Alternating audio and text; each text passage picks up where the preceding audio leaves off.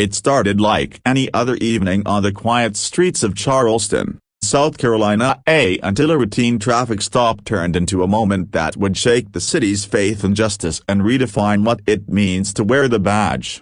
John Kennedy, a well-dressed man in his early 40s, had just left a charity gala honoring local community leaders. As he drove home in his black sedan, the flashing red and blue lights in his rearview mirror caught him by surprise. He wasn't speeding, hadn't broken a single law. Yet, within seconds, the calm hum of the night shattered into chaos. The officer who approached him, Captain Raymond Porter, was a towering man known around the precinct for his strict attitude and short temper. But that night, his demeanor was far from professional. Witnesses later recalled how Porter barked orders before even giving Kennedy a chance to respond. "Get out of the car!"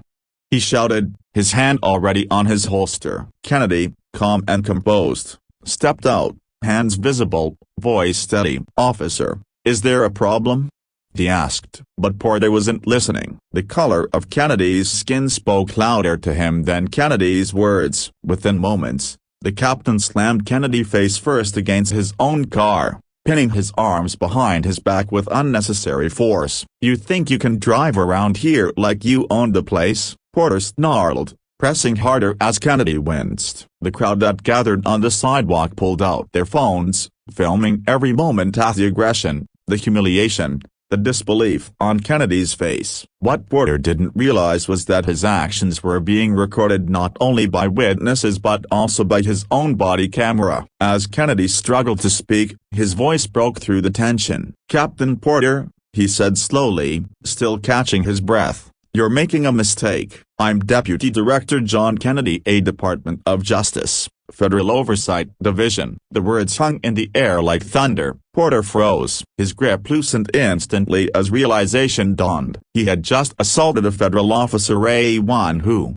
by law, outranked him and had the authority to investigate police misconduct. The arrogance drained from Porter's face, replaced by the pale hue of panic. Witnesses described the moment as unreal. One woman said, "It was like watching the bully realize the person he pushed around was the principal." Kennedy straightened his jacket, his calm composure returning, though the hurt in his eyes said everything. "Captain," he said, voice firm yet restrained, "what you just did isn't only wrong, it's unlawful, and it's the reason I do what I do." Within hours, the video went viral. The headline, "Police Captain Assaults Dodge Official During Racist Stop," flooded social media, sparking outrage and debate nationwide. Protests formed outside Charleston's police headquarters demanding accountability, not just for Porter, but for a system that allowed officers like him to rise through the ranks unchecked.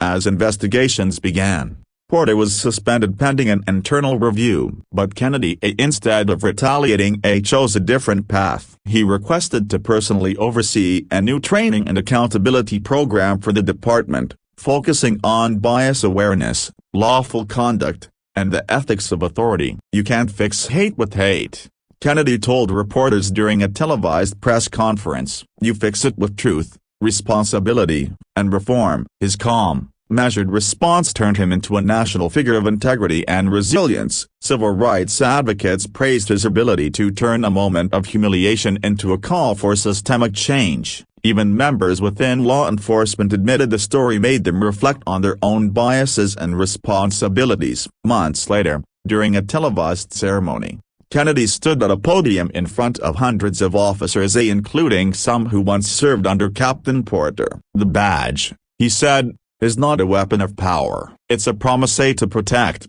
to serve, and to uphold justice, no matter who stands before you." His words drew a standing ovation. Captain Porter, by then dismissed from the force, watched from a distance. He later released a public apology, admitting that the incident had forced him to confront his own prejudice and ignorance. Kennedy accepted the apology, but not without a message that resonated far beyond the courtroom. "Accountability," he said, "isn't about revenge, it's about redemption." The story of John Kennedy and Captain Porter became more than just another headline. It became a mirror reflecting both the flaws and the hope within America's justice system. It reminded people that dignity, when met with prejudice, can still stand taller than hate. And as Kennedy's closing words echoed through the crowd, they left a mark deeper than any punishment ever could, greater than you can strip a man of his rights, but not his truth. And in the end, truth always outranks fear. That night,